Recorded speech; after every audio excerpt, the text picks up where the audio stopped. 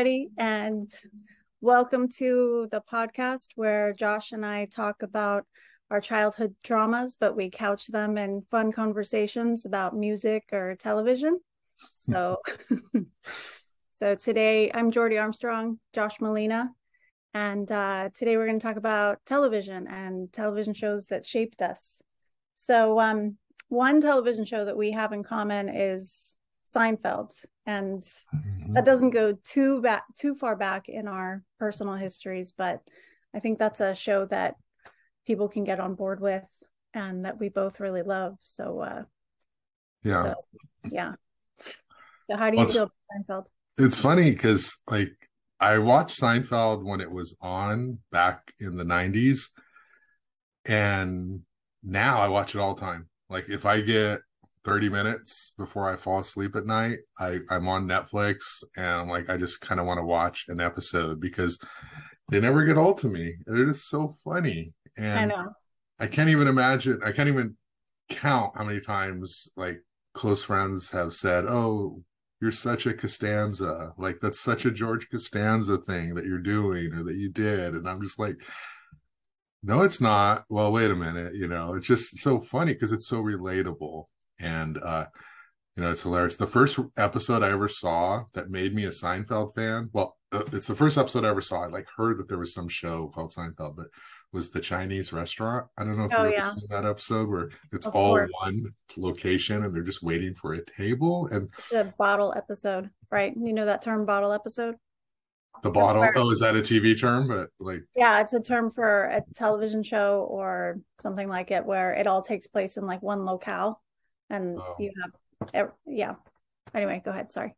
yeah, no, I just that episode was hilarious because it did take place in one location and they're waiting for a table and it felt so real how when you're waiting for a table they always sort of say 5-10 minutes if it's busy and it's longer and longer and you're starving and you just like let's go somewhere else or no we're so close we waited this long and no let's do that and it's just all these scenarios inside the restaurant and just the writing was super super funny. I mean, Yeah. what about the show appealed to you?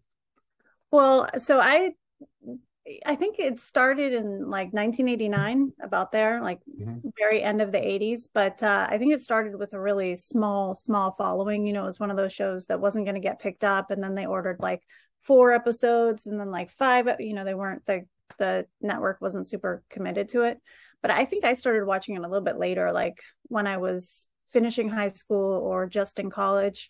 And there used to be a radio show in town with John Palminteri and some other guy who's gone now on Mm-hmm. KUIT, and they would start with Seinfeld quotes, or they would discuss like what Seinfeld was about last night, and they would play clips from it. Do you remember that? No, I Um, don't think so. Yeah. and so I think that's how I first became aware of Seinfeld, and then started watching it, and I was like, what is this? Like, finally some humor I can get on board with, because for one, coming out, well, we're going to talk about 80 shows especially, and 70 shows, and how impactful they were to us. They were all very sweet. There was always the very special episodes tonight on a very special episode of Blossom, but but they were all like perfectly, there's a nice family, nice group of people, some kind of problem happens, and it's no problem that I was ever familiar with. It was like, oh, you tore your sweater and you don't want your mom to find out that your sweater's torn. She's going to get mad. Like, these were not the kinds of things that happened in my household, and then they talked about it, and then they'd be like, and then at the end it'd be like, well, honey, I just want you to be warm. And like those kinds of things I wasn't super familiar with. But they were all perfectly packaged and very, very sweet. And I think that's one of the reasons they were probably appealing to both of us. But Seinfeld was gritty. I mean, not like The Wire gritty, but gritty in that it didn't take a sweet family situation. It didn't take like these perfectly reasonable problems that people might have and have kind of a solution. And that was always the joke. It was a show about nothing, Mm-hmm. that they just kind of hung out and walked in and out of each other's apartments and in that coffee shop and stuff like that. But but for me, it was this humor that I could finally really laugh to. And I think a lot of it is because it's Jewish humor, right? Like it was this Jewish television show. It's funny because people will talk about how that show is so Jewish, but actually when they first pitched it to the network, they were like, no, you can't have all these Jewish characters. So they changed all the other characters were supposed to be Jewish, but they changed all of them except Jerry Seinfeld. And then they just wrote them Jewish. I mean, they they made George Greek, and Elaine was just some shiksa, but they still wrote them all Jewish. So they're like, yeah, we'll pretend that they're not Jewish, but then they had this like overtly Jewish humor. And for me, that was something I was familiar with and something I could get on board with for sure. And I actually dated someone for like 2 years because they looked like Jerry Seinfeld. I started talking to them in a bookshop. I was like, you look just like Jerry Seinfeld. Maybe you could be Jerry Seinfeld. Anyway, so yeah, that's why it was good for me. It was funny. It was edgy, and it showed a kind of humor that I was familiar with that I didn't see represented in the television shows before. And it showed diversity too. Even if we want to criticize the diversity as like stereotypical, it's New York. And there's so many shows written about New York, like Friends, for example, that so clearly don't take place in New York. There's no diversity. If you've ever been to New York, you're walking around, there's like Muslim families, there's Ethiopian families, there's Puerto Ricans, there's not just like, Latinx people. There's a Dominican neighborhood, there's a Puerto Rican neighborhood, there's a, Haitian neighborhood, et cetera, et cetera.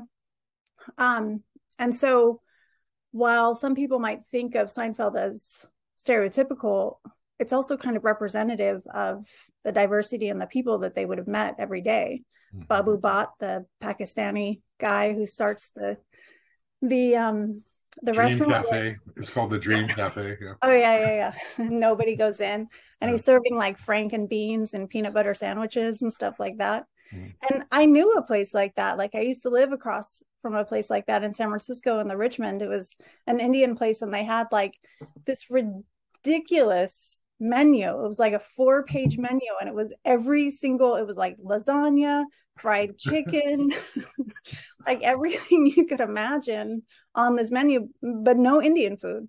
But it was like owned by this Indian family, and you walked in and there was sitar music, and so I knew a place like that. So when I saw that episode, I was like, oh, I know that place. Like I think that place exists in every big city. This person who comes here and starts a restaurant and like tries to make it as American as possible. But yeah. Well, at some point I put quotes around American for anybody who's listening too. Okay. Didn't see my quotes. American is like what people American as in what people stereotype and project as American, hot dogs and stuff like that. Whereas we know that apple pie, 4th of July, but we know America is not that for everybody. Yeah, we get it. Is a mosaic. The melting pot. That's actually not a melting pot, right? Okay. Not a melting pot. That comes from Henry Ford.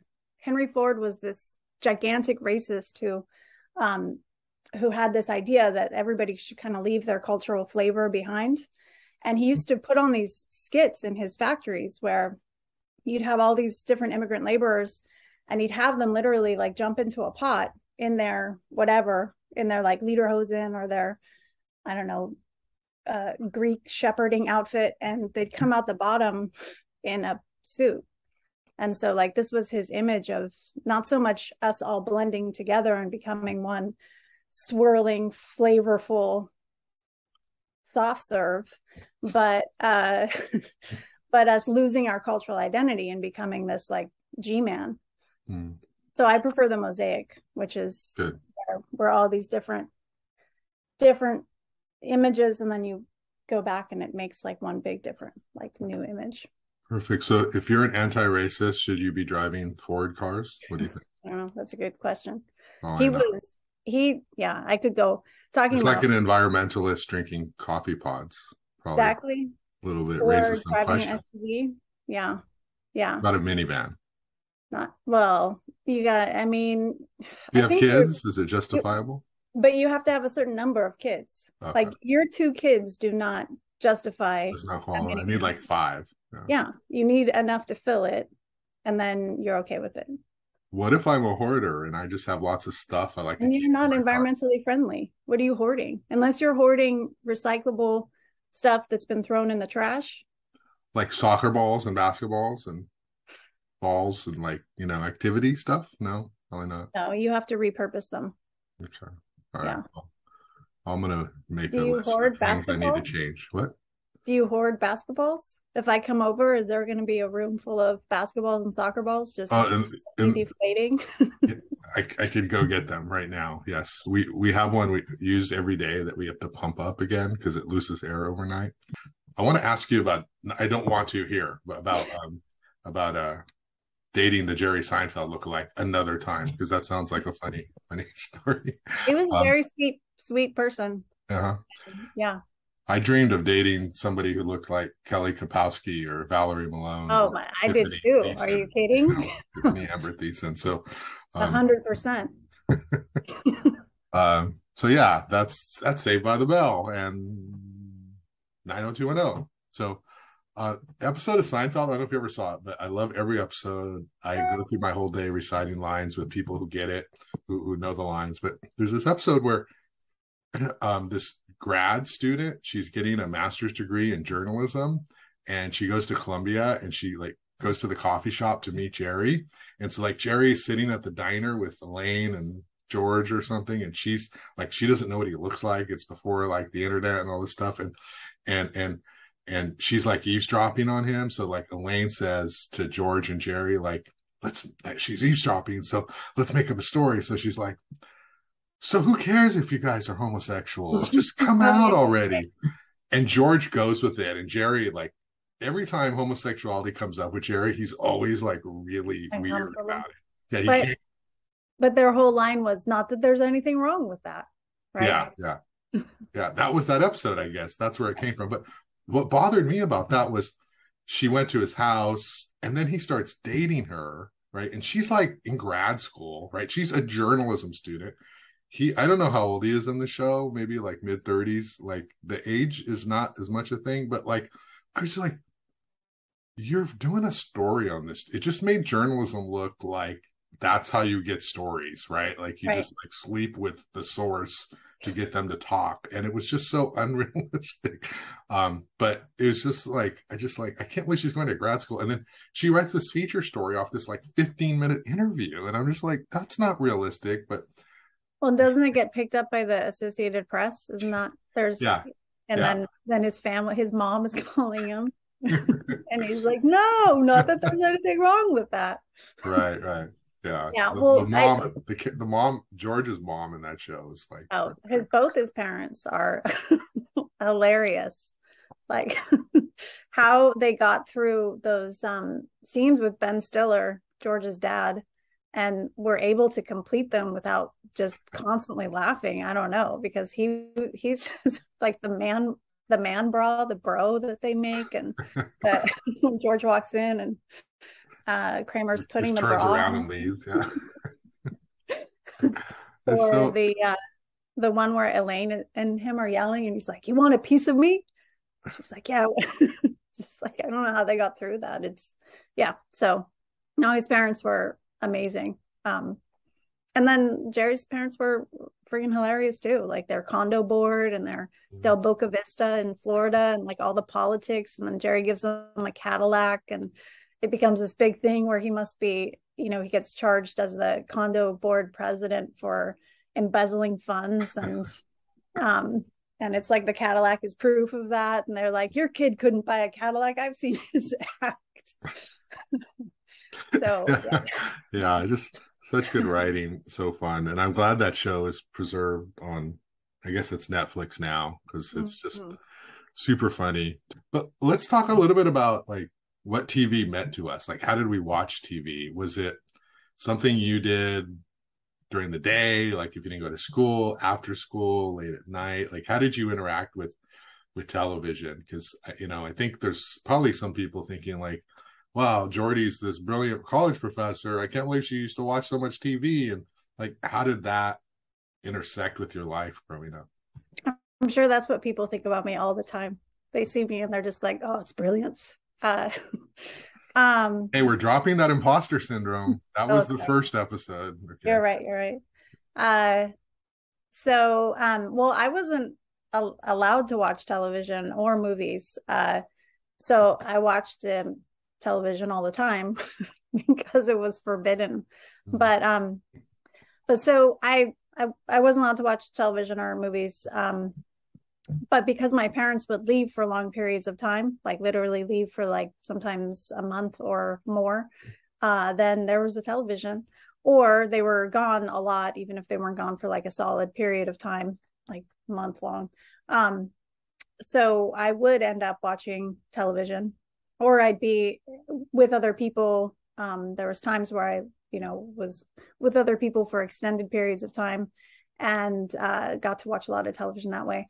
And television just became this escape. I didn't get to do that as much with movies because, back in the day, they didn't play, like if they played movies on television, it was with the commercial breaks and, but and you had to have like a VHS player to rent a movie. It wasn't as easy to watch movies back then as it is now. But television was something you could kind of sneak around and watch more. So it became this escape because it was like, especially in the 80s, there were so many happy families, like I was saying earlier, and families who talked about stuff and like they'd have problems and they'd resolve them, like and the problems were so minor, first of all, like I said, but they would resolve them with like such ease, and everybody still loved each other. Like if I ever did anything wrong, it was this mark on my character, that like in my household with my parents, if I ever did anything like even slightly wrong, it was like, oh, you're a terrible person. And like you should wear a scarlet letter or something like that. So watching people who could have an issue and then it was fine and everybody still loved each other, I was like, what is that? And how do I get there? So for me, television was an escape. So was reading, and so was like lots of other stuff that I did when I was younger. But it was an escape into a nicer world, into what the world could be. And then there was also, besides the family shows, there was lots of family shows in the 80s, Different Strokes. What else? Why is Different Strokes the only one I can think of? Family Ties. Family Ties, yeah. And then ones that looked a lot like Family Ties. Was Brady Bunch was the 70s, right? That was the 70s, yeah. But yeah, the Brady Bunch. I never watched the Cosby Show, and I don't want to talk about Bill Cosby, but I never watched it. But that was a family show. Yeah, that's another one. I watched A Different World a lot. I watched a little bit of the Cosby Show, but give me some Lisa Bonet and I'll follow her to the ends of the earth. So I was very. That was the spinoff. That was She leaves for college. I think she left the show because Bill Cosby, but now we know. But she goes to college. She goes to Spelman, which is a historically black college in Atlanta, right? Next to Morehouse, I think. Anyway, and I watched that because I was like, oh, college, this is what these people are living in a dorm together and they're going to school and they're friends. Marissa Tomei was in it in the beginning. You ever watched that? And then Dwayne Wayne was this guy, this nerdy guy who had a crush on her. And Whitley was like the uptight. One of the things that television did for me is, besides showing me like nice family life, was also, and this sounds so trite, but it showed diversity too. And I know that it's not the best diversity. I know that it's not real diversity because, again, it was all perfectly packaged. But watching A Different World, for example, where you see a historically black college, you see these different people who are black, who are, who aren't one generalized stereotype, right? Like Whitley was something I didn't know at all, is that there's this kind of debutante, high class black society throughout the South, and she was representative of that, and I had no idea that existed, right? Or the Dwayne Wayne, the kind of nerdy black dude with you remember he had the glasses and then they like flipped down to the sunglasses. And so I know that that's not real representation because again, it's all perfectly packaged, but it was a way of like a view into a world where I was like, wait, people like this exist. You know, I had no idea. I grew up in not very diverse places and have a pretty racist family. So being able to see representatives of different cultures and that it wasn't threatening and that it wasn't, you know, the representation that I was getting at home. So yeah, that was another great thing. Yeah, I used to watch, this is a 70s show. So I'm talking like 5, 6, 7 years old, and then through repeats, What's Happening. And I really like the representation on that show because one, the mother of the household was a big woman. She was very large and she was overweight. And it reminded me of my mother. And I remember like growing up with a mom who was, you know, larger. That was like a thing, you know, like you think about that and how other people perceive you.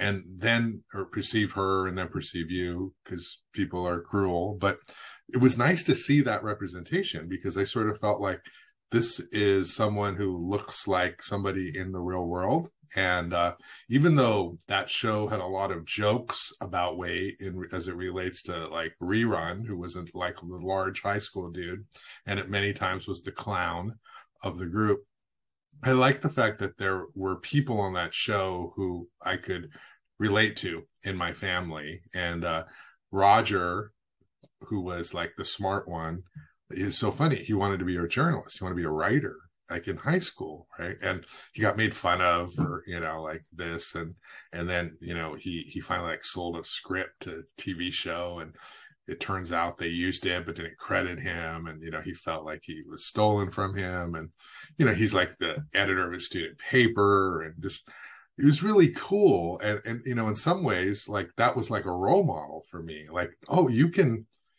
actually, like, to be a doctor or something was like, are you kidding me? That's years of school. That's so expensive. Like, that's hard. Like, that's science. That's like, how am I ever going to like get there? Like, that's so much money. Like, but when you're a writer, like you can write in your closet. You can write anywhere. You can, like, I have not had paper and written in my head, you know, and like, I can't wait to get this down. And so to me, that was inspirational, was like, here's this guy and they're growing up in LA, and they're, you know, it's not a wealthy family, but he could do anything in the world through writing. And I thought that was inspirational. And it was just funny. Like all these shows, like they're just funny. Like Seinfeld is funny. What's Happening?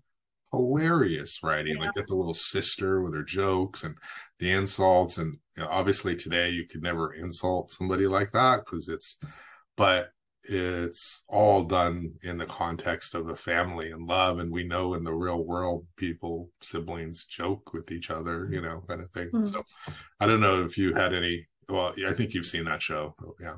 What's Happening? Yeah.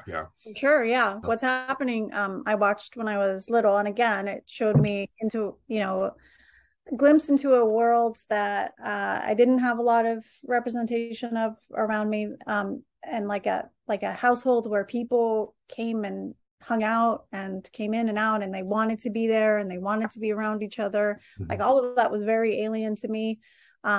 Having people like just come over and hang out and stuff like that Janet Jackson was Penny on Good Times, and that was like this whole great storyline where she was abused by her mother.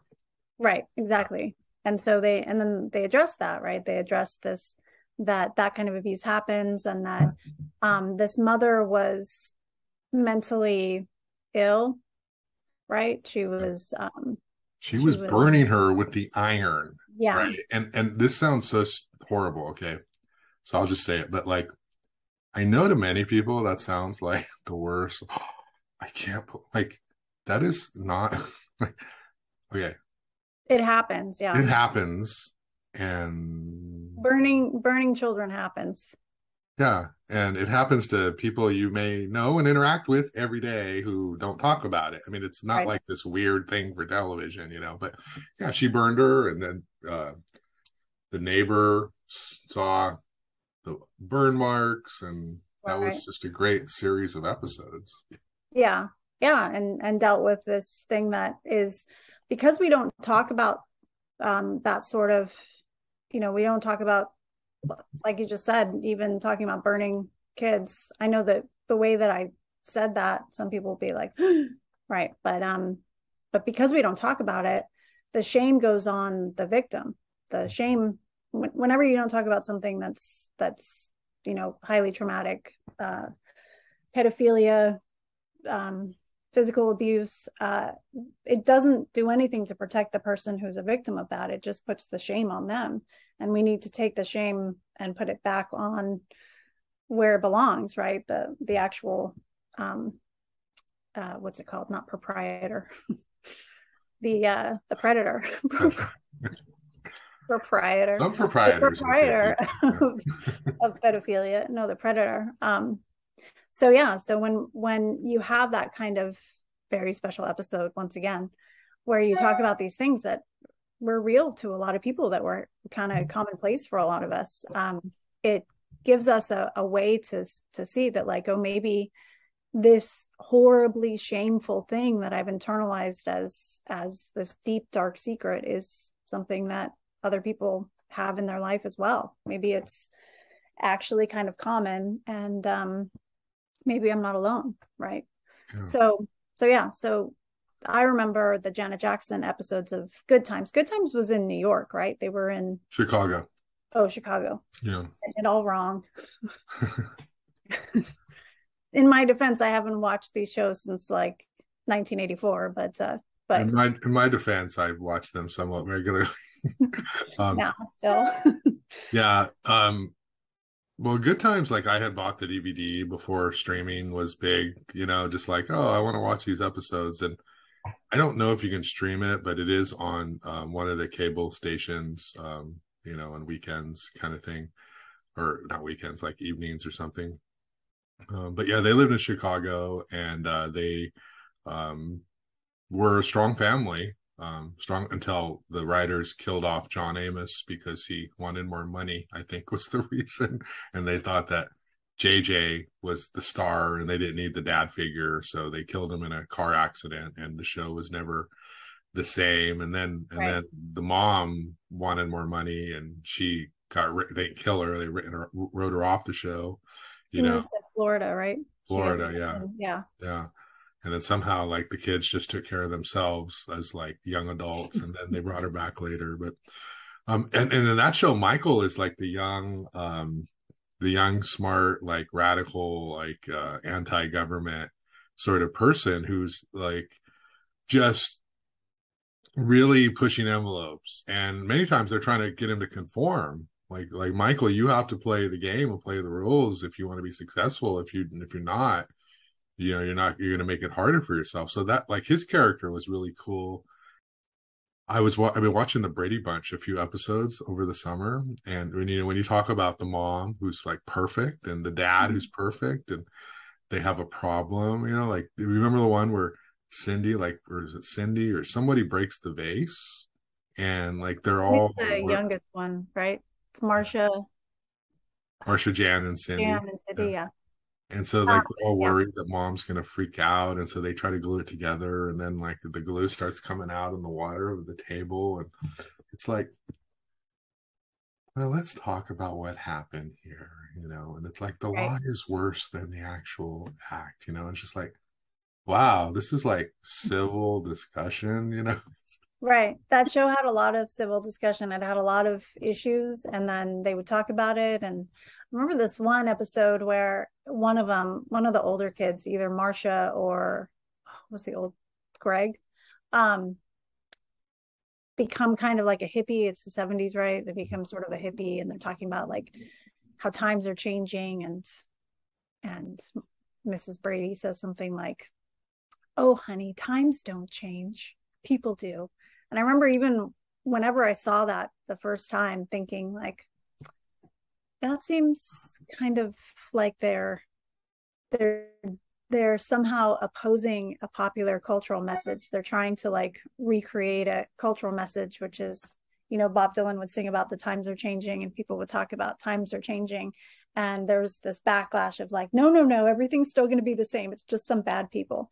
So that show, while it did a lot of like happy family, we have a little problem, we're going to fix it all. It also was conforming to an idea of what a correct family was, or the way that you were supposed to act as a family.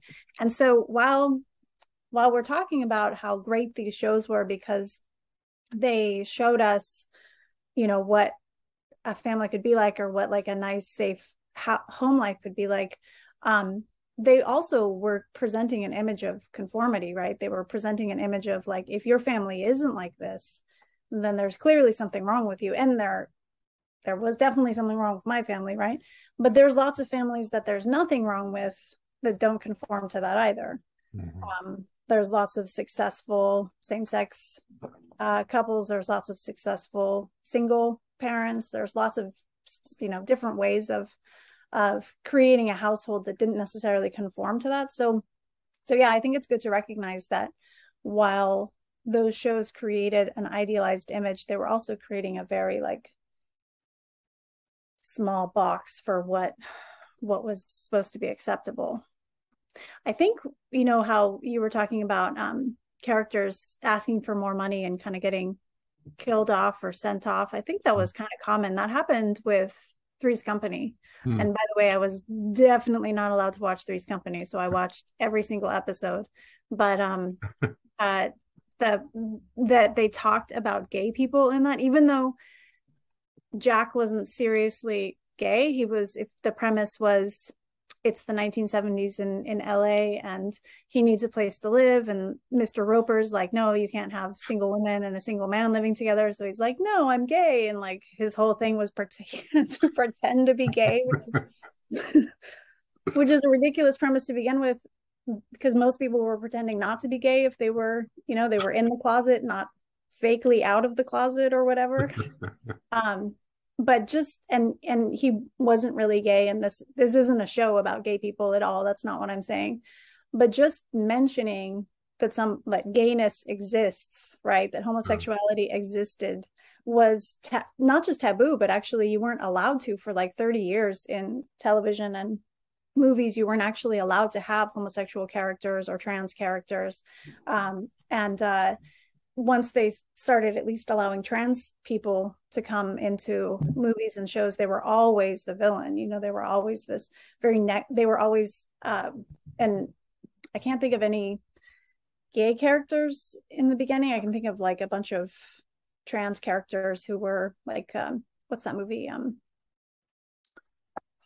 With, The Crying Game. If you remember The Crying Game. Yeah. Here's this introduction into like, oh, look, a trans person, but it was this very negative, this person is, it was not good representation.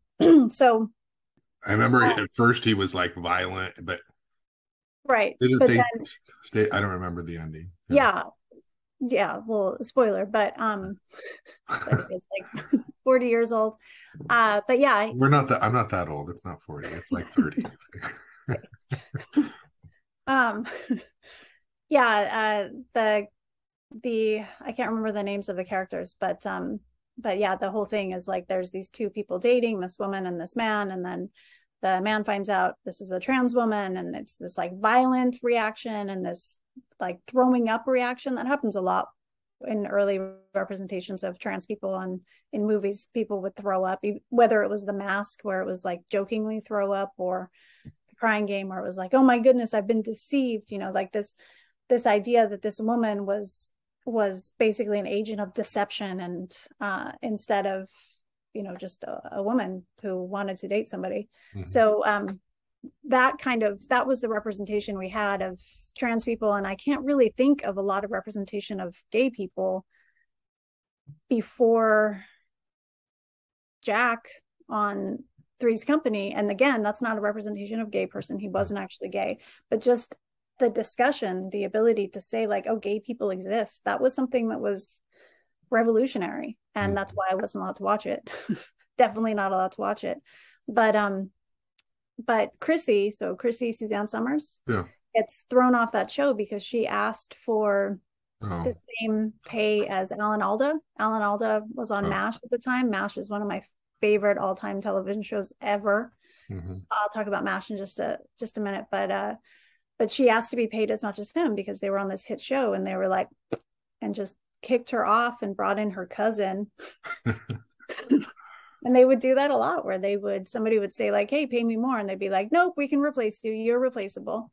But they weren't replaceable, like they changed the show. It changed the whatever. Anyway, was it Cindy? Was that the cousin's name? Cindy was the cousin. Yeah. They basically just found another blonde actress. They're like, you're blonde, you're her cousin. And it wasn't the same, and then the Ropers left. Oh, Mrs. Roper was the best with her freaking caftans, constantly hitting on everybody, she was like the OG pansexual, just like into like absolutely everybody. I loved her. Yeah, I was like, that's where I want to be when I'm 60 or so, running an apartment building, just like hitting on everybody who comes by. Just leaving your finger on their shoulder just a little bit longer than you should. Yeah. Well, it's funny though, because Mr. Roper was never, like, the whole joke of that show was he wasn't attracted to her, or he was, but he never wanted to have sex. She would always joke with that. And to me, that was so interesting, because it's usually like the other way around. Like the idea, the stereotype is the man will have sex at any time with anyone. It's usually that the woman is the one who says no or has to have boundaries, like the stereotype. And then that show was just fascinating because Roper was like, he flagrantly acted like he was unattracted to her. And so therefore she had to like seek it everywhere else, Well, and then he was super homophobic too, right? Yeah. Like Jack being gay was something where he would always make fun of it. And like, so, maybe a kind of subtext to that overt text was he was in the closet himself. Like he was married to this woman that he wasn't into. He was so bothered by having a gay man in the building that maybe it was just a little too close to something he'd been pushing down his entire life. That switching of like the female male role, the woman being the one who is going after sex, also happened in Married with Children. Remember that show with Al Bundy and Peg. So Al Bundy, who then later was on Modern Family, right? Like he has more recent fame being the grandpa. That's Ed O'Neill. And then Katie, what's her last name? Katie Seagal. Yeah. I loved her. I still love her.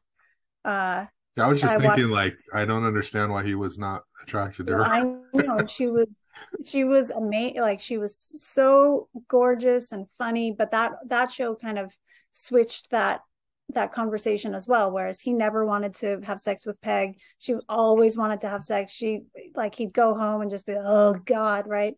And she was this like overtly sexually active, so for me, again, like these characters, I was very drawn to them for several different reasons. One, Katie Seagal is freaking amazing, gorgeous, hilarious. And just the idea that like, oh, here's a woman who's assertive and wants to be a sexual person, is like openly sexual. And there's not like a fiery pit of hell that opens and swallows her, which is one of the many messages I received when I was growing up, that like, this is the most shameful thing that you could be. So shows playing around with that, like turning women into the sexual aggressor and the husbands into these kind of like no peg, I would say with Three's Company, I don't know how you feel, but I did like Mr. Furley, Don Knotts. I thought he was great in his own way, different than the Ropers, but very funny. Yeah, kind of clueless and yeah. And again, homophobic too. Well, right. Like, that was the thing, is you had to be homophobic. I mean, I think I don't think that's something that's been around forever. I'm reading a book right now called Gay New York. It's the history of gay men in New York from 1890 to 1940. And so that like idea that masculinity is defined as not feminine and not homosexual, like defining yourself as masculine as being like as far away from femininity, and thus I'm not saying that homosexuality is the same as femininity, but people came to like to blend those two. I think that like that was a way of asserting how masculine you were, that you had to hate on and be like anti-gay to show that you weren't gay, right? And I don't think that's been around forever. I think that's like a Cold War thing. I think that happened kind of after World War II. But yeah, so he was definitely Mr. Furley, and Mr. Roper were both showing how not gay they were by making fun of it and putting it down. And you still see people who do that today who are like, oh, I'm so not, Michael Scott says that in The Office. He's like when he outs Oscar, and he's like, well, it's just that I'm so not gay that, you have to define your masculinity by showing how not gay you are. Yeah, anyway, so another big awakening for me was the show Glow, Saturday morning, wrestling. Glorious Ladies of Wrestling. Yeah, I used to watch that at my friend Yvonne's house. She introduced me to it. Thank you so much for introducing me to that show, because that I don't know why I love that show so much. So it's wrestling, and wrestling is campy. It's like a soap opera, right? It's like you have the heel and you have the hero, right? Are those the terms? Wrestling. It's the heel and the baby face. Yes, the bad guy and the good guy or good girl. Yeah. Yeah. Well, so I'm a heel, by the way, in case I like that role. So watching this wrestling, I never watched any other wrestling show, but watching Glow, I think that for one, it brought out like my early queer identity. I saw these women and I was like fascinated by them and attracted to them, and I wasn't exactly sure why. But in the last couple of years, I've tried to figure out like, why were you so into this show Glow? It can't just be because you had like baby queer feelings. It had to be something else. And I think it's because it showed these women in these positions of power. Like it showed them in these positions of asserting themselves, of creating these characters for themselves. And yeah, so I loved that show. I still love that show. Like I still get nostalgic when I see anything that refers to Glow. And then later Xena, of course. Yeah. Yeah, I used to watch Glow too, just because I love professional wrestling. And when you love pro wrestling, you watch all of it. And even though Glow was like, if people think wrestling is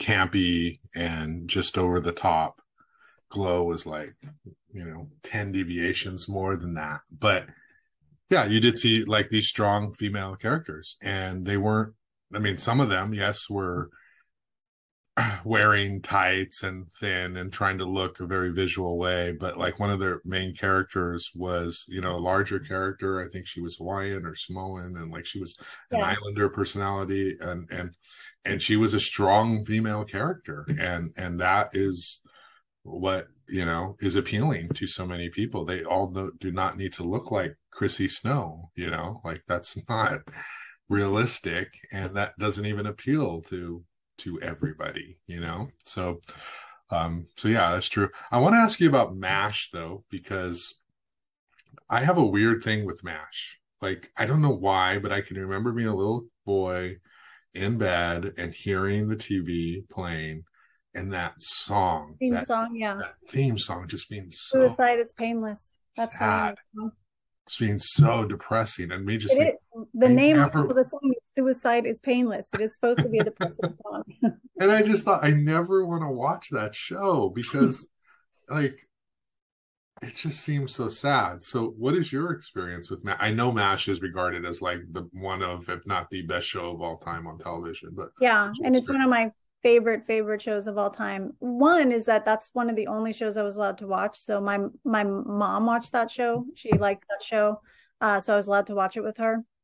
And so one is that I actually got to watch it, I think, and I didn't get to spend a lot of time with my mom doing things like watching television or something calm. So I think I also have, personal warm feelings around something that I got to like do with my mom. But I loved I mean, besides that, I loved MASH because first talking about that humor that I saw in Seinfeld and was really like enamored with in Seinfeld, that existed in MASH too. It had a very dry humor. It had a very it was dealing with this horribly serious subject. So it's set in the Korean War, but it's really the war in Vietnam. They just, because they started making it in the early 70s, like maybe 1973, they couldn't set it in Vietnam. It was too politically explosive. So they made it the Korean War. But then again, like the characters in Seinfeld weren't allowed to be Jewish, but then they just wrote them Jewish. It's like, okay, it's in the Korean War, but they basically wrote the politics of the Vietnam War in Vietnam. So it was dealing with a very serious subject, but it dealt with it with this dry humor. And that's me. I mean, from a very young age, dealing with like, a horribly just terrible home life, and then now teaching subjects that are a lot of the time very difficult for people to hear about, things like child marriage, female genital mutilation, child soldiers. I talk about all that stuff in my class, some of my classes, and in order to introduce them, I've like harked back to I don't know if that's the right word. I've gone back to MASH. They harpy. Harken. Harken. Went back to MASH and to how they would deal with this subject with this dry humor, because what it does is it disarms you. When people are disarmed, when they're laughing, they're able to kind of bring this terrible subject matter in and really see it for itself, rather than just like, terrible, it's terrible, you should feel terrible all the time, you should feel terrible, and it's really, really bad, and people are like, yeah. But MASH did this like dry humor and had Alan Alda as the main character, and then all these other great actors who dealt with this very serious subject in this way where they could like sneak in this information about the war and about what was happening and this imperialist occupation and the politics of the Cold War and stuff like that among these jokes, where they'd be wearing gorilla suits, or Hawkeye, that's Alan Alda, was flagrantly defying the idea of being in the military. He was drafted and he wouldn't salute anybody. That was a big thing. There's only like 3 times in the entire series that he salutes people, and it's like Henry Blake when he's going home, Radar, all these like really, really fundamental characters. But he like walks around in his Hawaiian shirts or his red bathrobe as a way of saying like, yeah, I'm here and I'm going to do my job really well, but I don't agree with this. This is all a bunch of BS, this whole like getting in line and being super into the military. So I loved Alan Alda, and then I love Margaret Houlihan, and I think that's why my mother liked to watch that show too. I think she imagined that she could be like Margaret Houlihan in a different life. Margaret Houlihan was the head nurse, and she was like gorgeous and super into the military. Like she took it very, very seriously, but then she was so in charge. She's just so like, knew what she was doing, was straight to business. She was what a nurse is supposed to be, a head nurse in a mobile medical unit in the middle of Vietnam, Korea, was supposed to be. So again,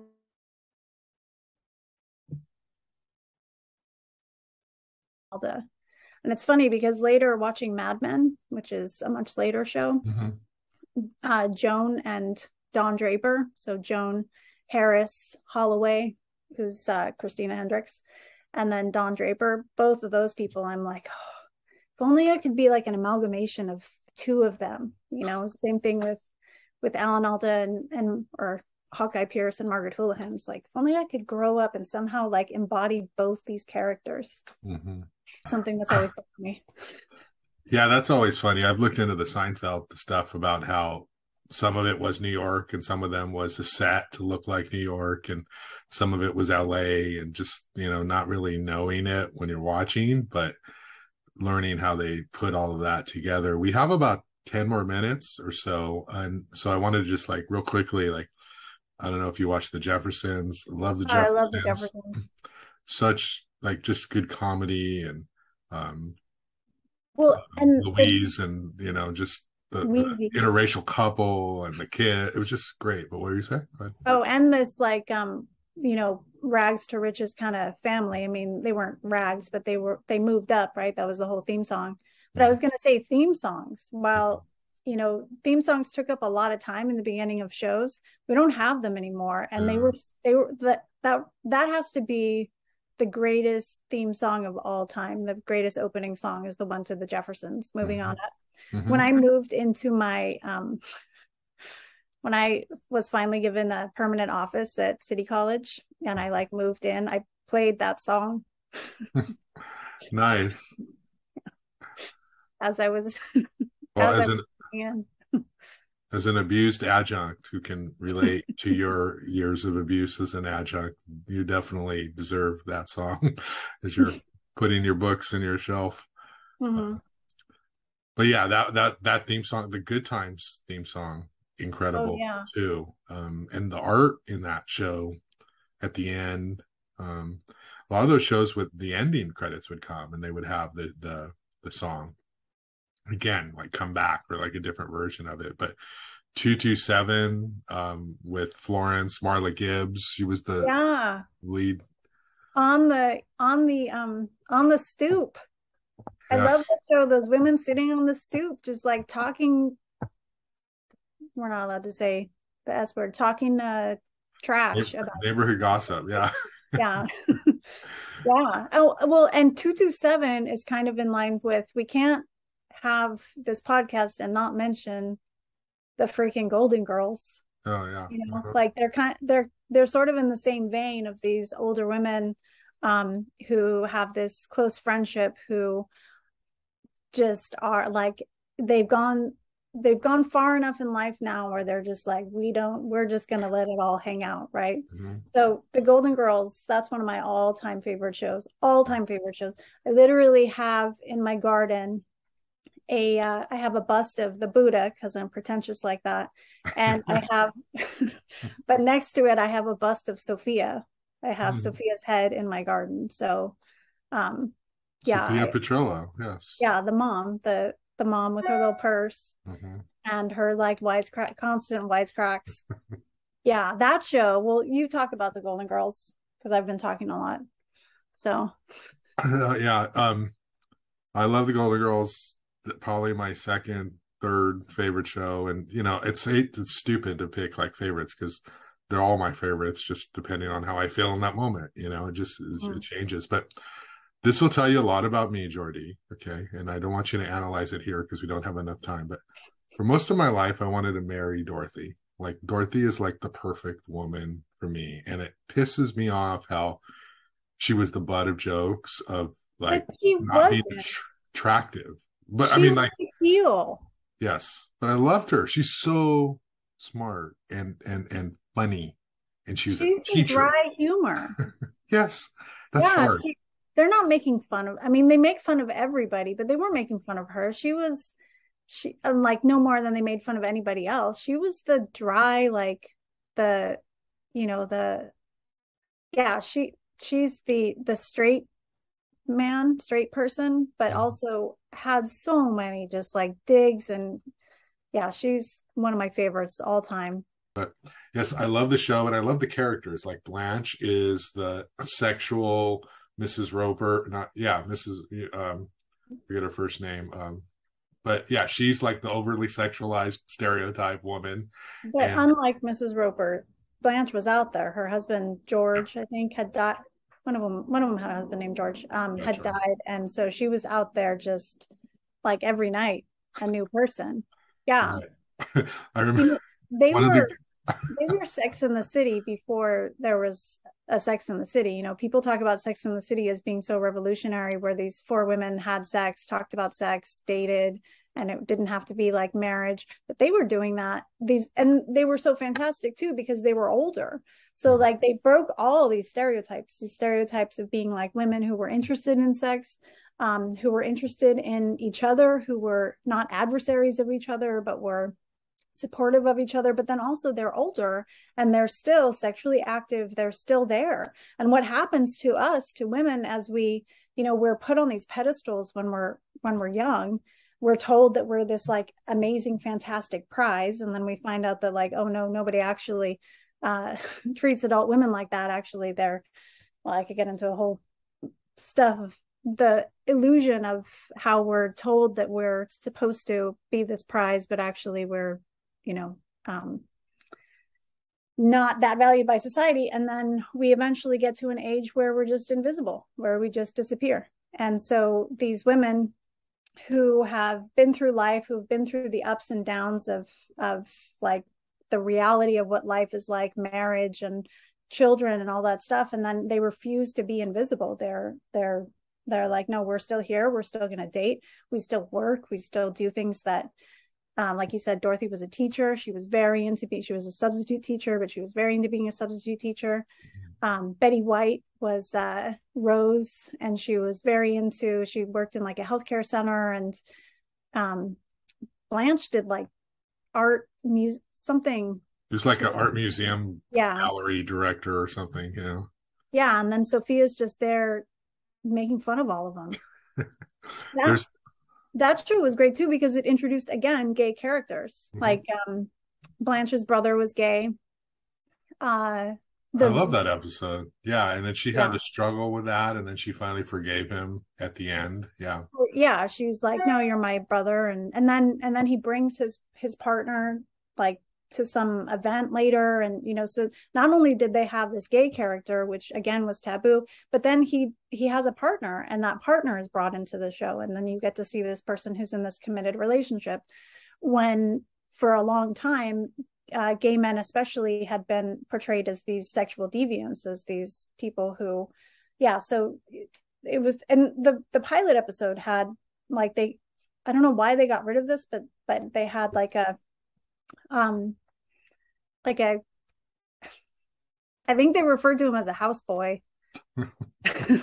But he was like so overtly gay, and like it wasn't hidden. Like he wasn't supposed to be a Jack Roper, no, not Jack Roper, Jack Trooper. And this was a person who was openly gay, who was like worked in their house. I don't know why they got rid of him. That's so sad, but yeah, so that show was just fantastic. Like showing women who were sexual, who refused to be invisible, introducing gay characters, single mothers. Blanche's daughter decided she wanted to be a mother, and she wasn't going to wait around to get married or whatever, so she has a baby on her own. And like the whole episode of like how she's going to get artificially inseminated, and Blanche is just so against it, but she goes along, and well, no Devereaux's ever had to pay for it, you know, kind of thing. So funny. But last thing on Golden Girls, you know, Blanche was overly sexualized, and so she went and she did workout, and like this is the year of like jazzercise and all that in the 80s and stuff. And so she falls in love with her jazzercise instructor, and so she's back on the couch. She thinks he's in love with her too, you know, and so they're on the couch, and she's talking to Dorothy, and she's like explaining the challenges of this relationship, and she doesn't know if she wants to pursue it, and she's like, you know, and Dorothy, I mean, he's nearly 5 years younger than me, right? And the dude's like 30, right? And, you know, Blanche is in her 50s or whatever. And Dorothy responds, in what, Blanche? Dog years? Oh, funny, you know. But yeah, I love that show. I've seen every episode multiple times. And after this, I'm going to go watch some more, you know. But so many good shows. Anything before we wrap up you want to hit up? Well, I have to mention Judith Light from Who's the Boss? Who's the Boss, and then she's in a lot of stuff now too. She's the mom in Transparent. She's Oh in yeah. Edition. She was just in this. I saw her in something else, but anyway, when I was little, I was like, oh, that's who I want to be my mom. Judith Light and LeVar Burton. I heard from my parents. Okay. So, all right. We'll see you later. Thank you. All right.